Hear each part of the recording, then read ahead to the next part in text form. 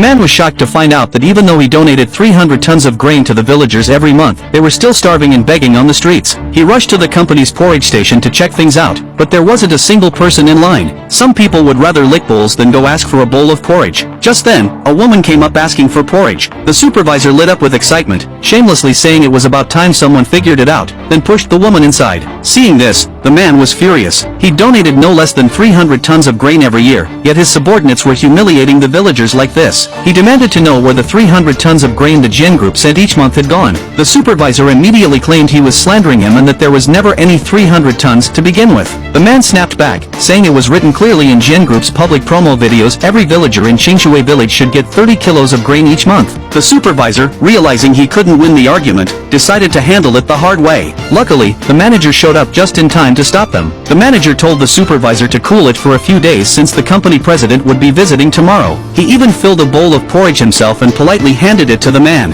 At first, the man thought maybe he'd overreacted until he noticed the porridge was full of pebbles. Then the manager started shouting for the villagers to line up for their grain, but everyone looked miserable. The man couldn't help asking why they all looked so unhappy. Wasn't getting food a good thing? An old man told him the whole thing was just for show. Every time someone from headquarters came to inspect, the manager and supervisor would hand out grain early, but once the inspectors left, they'd take all the food back. That's when the man realized why everyone looked so gloomy. He confronted the manager, asking where all the donated grain had gone. The manager pushed the blame up the chain, saying it was all headquarters' fault, and told the man to take it up with someone higher if he didn't like it. But the villagers were just ordinary folks. They'd never get the chance to meet anyone from the top. The manager knew that and used it to keep everyone under control. The man then demanded to check the grain warehouse. The manager wanted to refuse but then figured he could use this guy as a scapegoat, so he agreed. To teach him a lesson, though, he added a condition. Since no one had ever opened Jin Group's warehouse before, the man would have to pay a price for being the first. He made a bet. If the warehouse turned out to be full, the man would have to lose a hand. Wanting to get justice for the villagers, the man agreed without hesitation, not realizing he was walking right into the manager's trap. When the warehouse was opened, everyone was stunned. There really was that much grain inside.